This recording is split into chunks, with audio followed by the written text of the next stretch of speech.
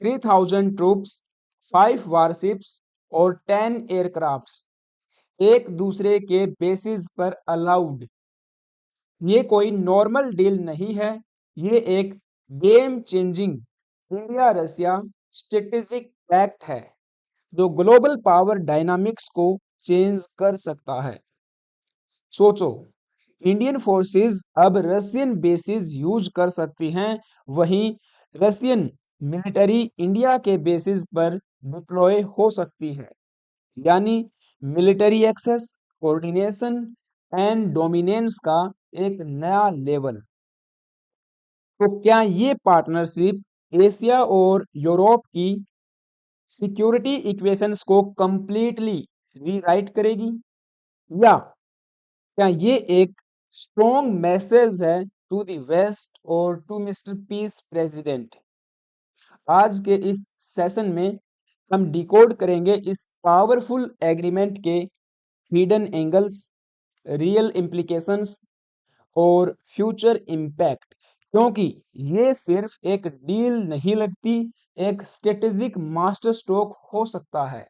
News आपके सामने है। India Russia ink pact to station 3000 troops, warships and aircraft in each other's territory. Now background and context की बात करें तो this agreement is basically part of the long standing defence relationship between India and Russia which dates back to the cold war era. Bharat और Russia के defence agreement या strategic partnership में एक historical evolution हुआ है। जब ये यूएसएसआर था, तब से ही भारत के साथ डिफेंस पार्टनरशिप बिल्ड करता आया है। USSR was the first and the primary defence supplier to India, and whether if we talk about post 1991, relationship between the two evolved into strategic partnership। USSR के disintegration के बाद 1991 के बाद भारत और Russia ने अपनी इस डिफेंस पार्टनरशिप को स्ट्रेटेजिक पार्टनरशिप में तब्दील किया। एंड उसके बाद आप देखिए, लगातार दोनों देशों के रिलेशंस में इंप्रूवमेंट ही हुआ है। अगर बात करें सन 2000 की एंड ऑनवर्ड, दोनों देशों ने इन संबंधों को इंस्टीट्यूशनलाइज किया वाया द एनुअल समिट्स। आपको पता, भारत और रशिया के बीच में एनुअल समिट्स का आयोजन किया जाता है, जिसमें head of the states, head of the nation आपस में मिलते हैं एंड वेरियस फील्ड्स में एग्रीमेंट किए जाते हैं। एंड ऐसे ही आज आप देख पा रहे हो, we are moving toward operational military cooperation.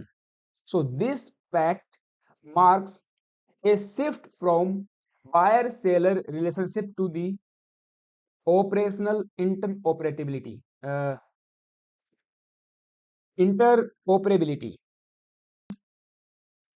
Now coming to the RELOS agreement, reciprocal exchange of logistics agreement, ये साइन किया गया था इन Feb 2025 between new Delhi and Moscow,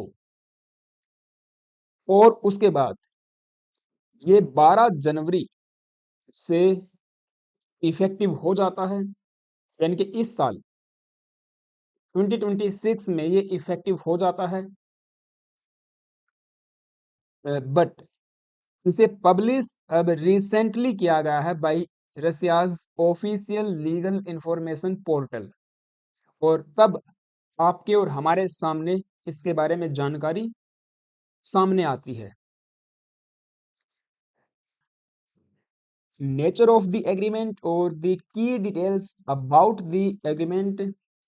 सो देखिए, ये एक broadly reciprocal logistics and military deployment agreement है, जिसके की फैक्टर्स और की पॉइंट्स कुछ इस प्रकार के हैं कि ये एक बाइलेटरल एग्रीमेंट है दो देशों के बीच में, एंड कंसेंट बेस्ड है। दोनों देशों की सहमति है, भारत की भी और रसिया की भी। एंड एक नॉन अलायंस फ्रेमवर्क को रेटिफाई करता है।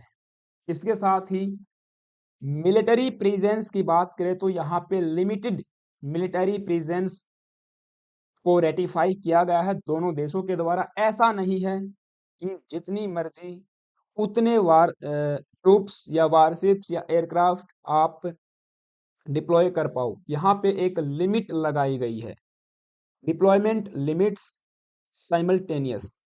3000 ट्रूप्स एट ए टाइम दोनों देशों के एक दूसरे के बेसिस पे डिप्लॉय हो सकते हैं। 5 वारशिप्स यानी कि 5 इंडियन वारशिप्स रसिया में डिप्लॉय हो सकती हैं। ऐसे ही 5 रशियन वारशिप्स भारत में डिप्लॉय हो सकती हैं। And 10 aircrafts.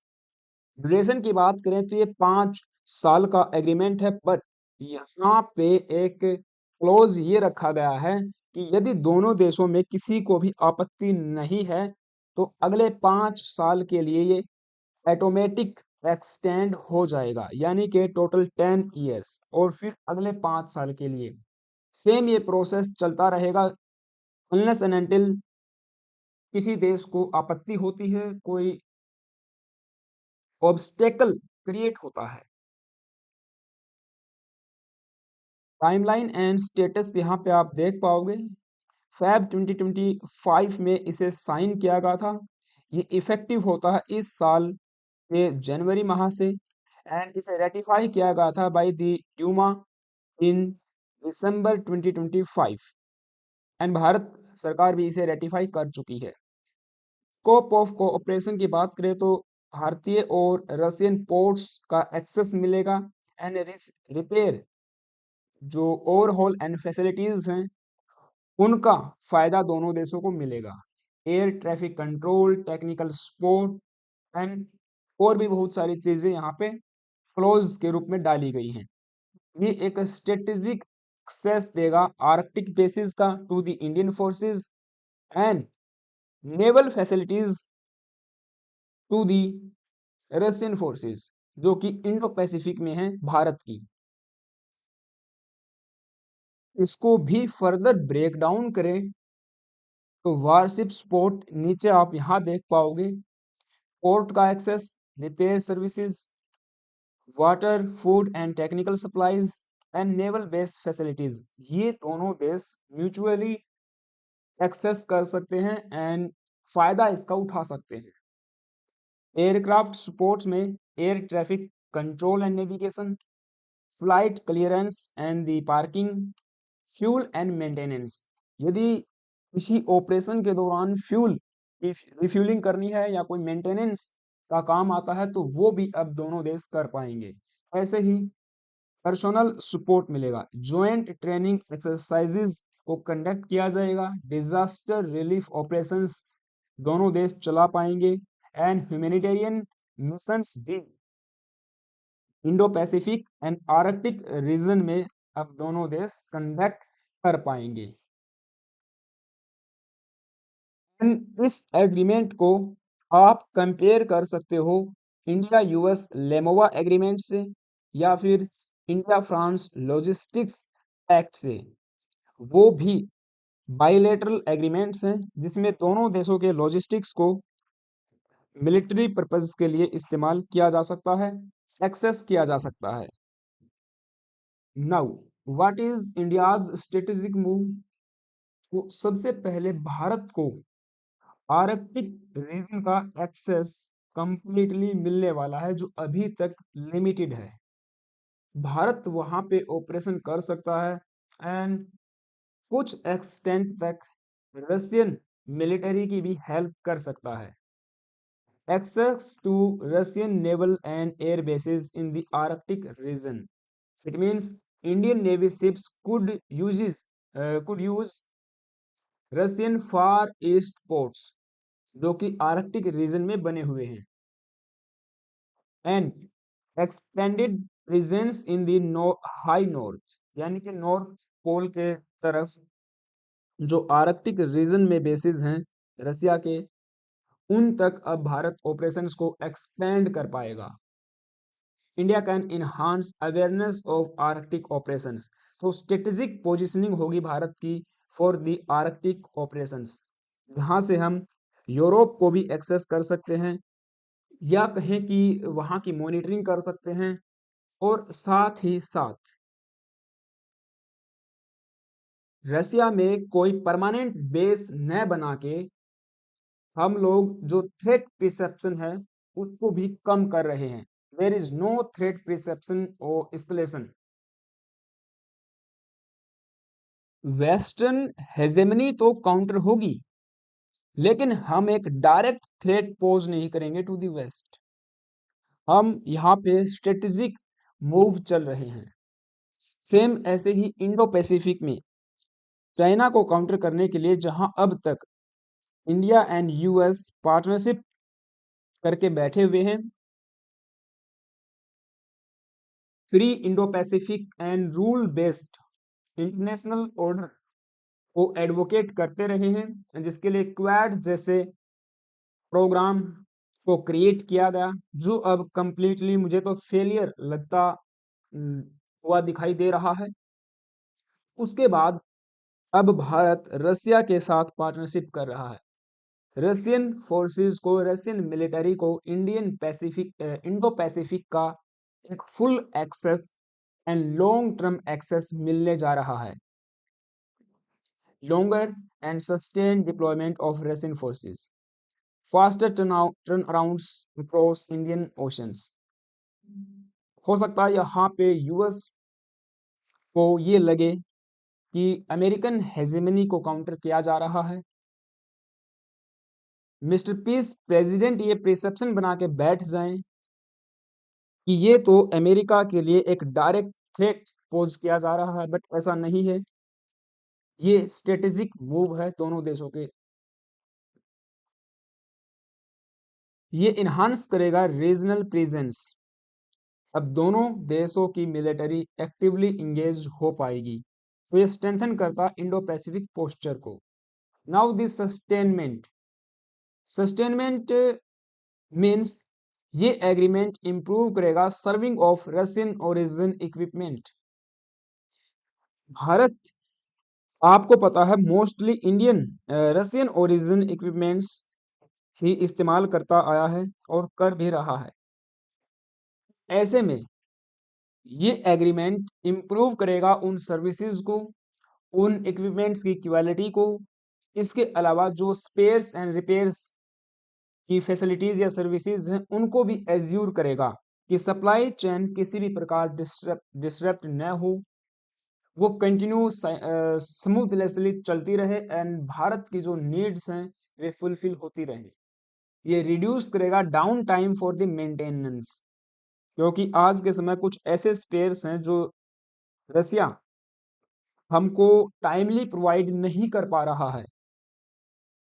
तो ऐसे एग्रीमेंट्स में बंध जाने के बाद ये एक कमिटमेंट टाइप होता है कि भारत को जिस समय रियल टाइम बेसिस पे जो नीड है वो फुलफिल की जाए। तो इन्हांस्ड इक्विपमेंट अवेलेबिलिटी को इंश्योर करेगा। फ्लेक्सिबिलिटी है कि यहाँ पे जॉइंट मिलिट्री एक्सरसाइज की जाएंगी, ट्रेनिंग मिशंस होंगे, humanitarian assistance and disaster relief programme चलाए जाएंगे।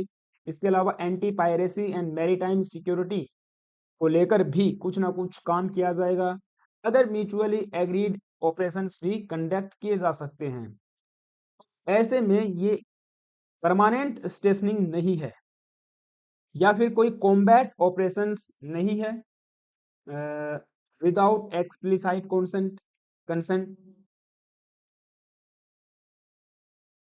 ये एग्रीमेंट दोनों देशों को ऑटोनॉमी प्रदान करता है, strategic autonomy and balanced partnership.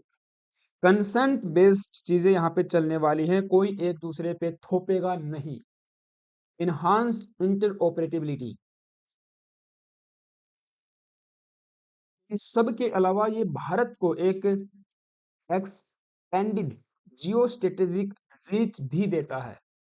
Access to Russian Arctic region, ये वाला जो अभी लिमिटेड है, एंड इसके अलावा सेंट्रल एशिया में भी भारत की एंट्री होती हुई दिखाई दे रही है। ये यूरेशिया में भी भारत की जो प्रेजेंस है उसको इंश्योर करेगा। यहाँ इस वाले रीजन में या कहें कि इस पूरे रीजन में भारत की प्रेजेंस इंश्योर होगी। And important for energy routes जो अभी काफी ज्यादा डिसरप्ट हो चुके हैं। एमर्जिंग आर्कटिक शिपिंग लेन्स को भी एक्सप्लोर किया जा सकता है। सेम इसके अलावा हम बात कर सकते हैं स्ट्रेटेजिक ऑटोनॉमी री इन्फोर्समेंट की। जैसे इंडिया मेंटेन करता आया है यूएस के साथ में क्वाड रिलेशनशिप, तो ऐसे ही अब यूएस के साथ साथ भारत रसिया के साथ में भी एक क्वाड जैसा कोई पैक्ट या कोई एग्रीमेंट करके चीजों को बैलेंस कर सकता है। This reflects India's multi alignment doctrine कि हम न तो केवल यूएस पे भरोसा करेंगे और ना ही केवल रशिया पे। तो एक मल्टी अलाइंड स्ट्रेटेजी या डॉक्ट्राइन को ये रिफ्लेक्ट करता है। नाउ तो इस पैक्ट का ग्लोबल पावर बैलेंस पे क्या इम्पैक्ट होगा? सो देखिए this pact is basically affected और विल अफेक्ट नेटो इन्फ्लुएंस। जो नेटो कंट्रीज का एक इन्फ्लुएंस है इस रीजन में उसको कहीं ना कहीं प्रभावित करेगा। यूएस लेड इंडो पैसिफिक की जो स्ट्रेटेजी है कि कैसे चाइना को काउंटर करना है क्वाड बना के, उसको प्रभावित करेगा, अफेक्ट करेगा। जो चाइना का कैलकुलेशन है इंडो पैसिफिक में उसको भी ये काउंटर करेगा, अफेक्ट करेगा। सो इंडिया ये सिग्नल करता है कि India is not part of any rigid block. हम ऑटोनॉमी इंजॉय करते हैं। इसके अलावा जिस देश के साथ चाहे, जिस टेरिटोरी के साथ चाहे, उसके साथ हम ब्लॉक बना सकते हैं या एग्रीमेंट्स कर सकते हैं। चाइना को भी एक डायरेक्ट मैसेज ये जा रहा है कि अब भारत और रसिया अपने टाइज को स्ट्रेंथन कर रहे हैं, इंडो पैसिफिक में इन्वॉल्व हो रहे हैं।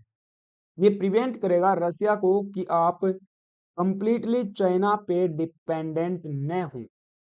जो ओवरली डिपेंडेंट हो रहा है आज के समय रसिया ऑन चाइना, उसको कहीं ना कहीं ये प्रिवेंट करने का काम भी करेगा। तो जो बैलेंस यूरेशियन जियोपॉलिटिक्स है उसको मेंटेन करेगा ये एग्रीमेंट, यदि सही से इसे इम्प्लीमेंट किया जाता है। So this is from my side. I hope आपको सारी बातें समझ आई होंगी। आप सबका क्या ओपिनियन है मुझे कमेंट बॉक्स में जरूर बताना गाइज। हाँ, चैनल पे नए आए हो तो प्लीज एक सब्सक्राइब करके जाना है। अच्छी लगी ये वीडियो तो लाइक भी कर सकते हो। Thank you, have a nice day.